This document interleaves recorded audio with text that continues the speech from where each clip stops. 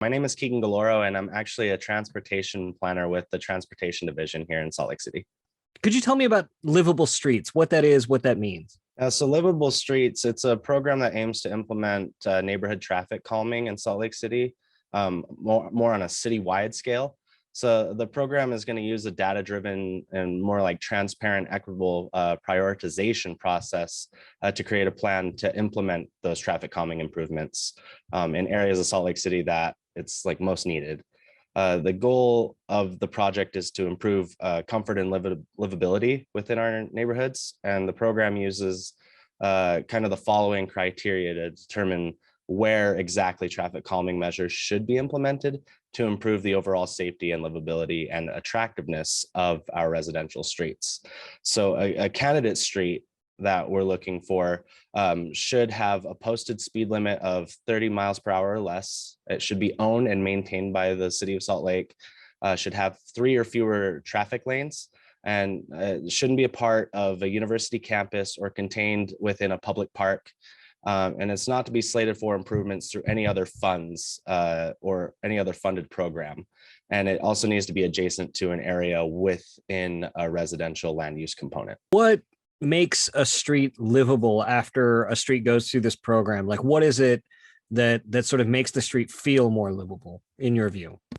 So ultimately, it boils down to safety and comfort. We're looking to slow down vehicle traffic and keep it from creating noise.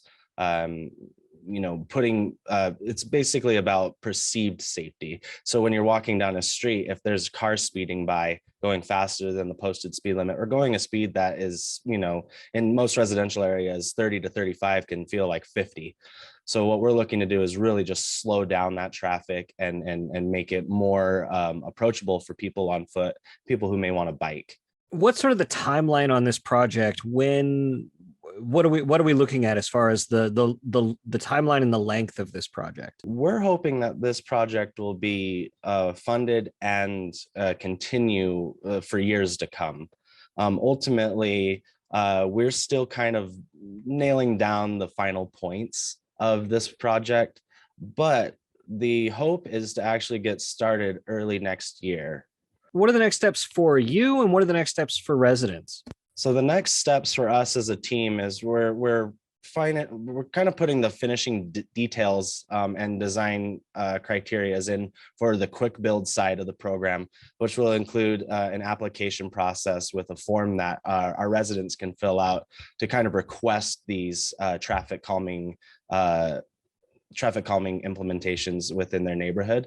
And ultimately, we're going to start reaching out to the community here, especially the neighborhood councils, and start our engagement process with those first prioritized zones that we've established. And like I said, in early 2023. For folks who want to learn more information about it in the meantime, now, where do you send people for that?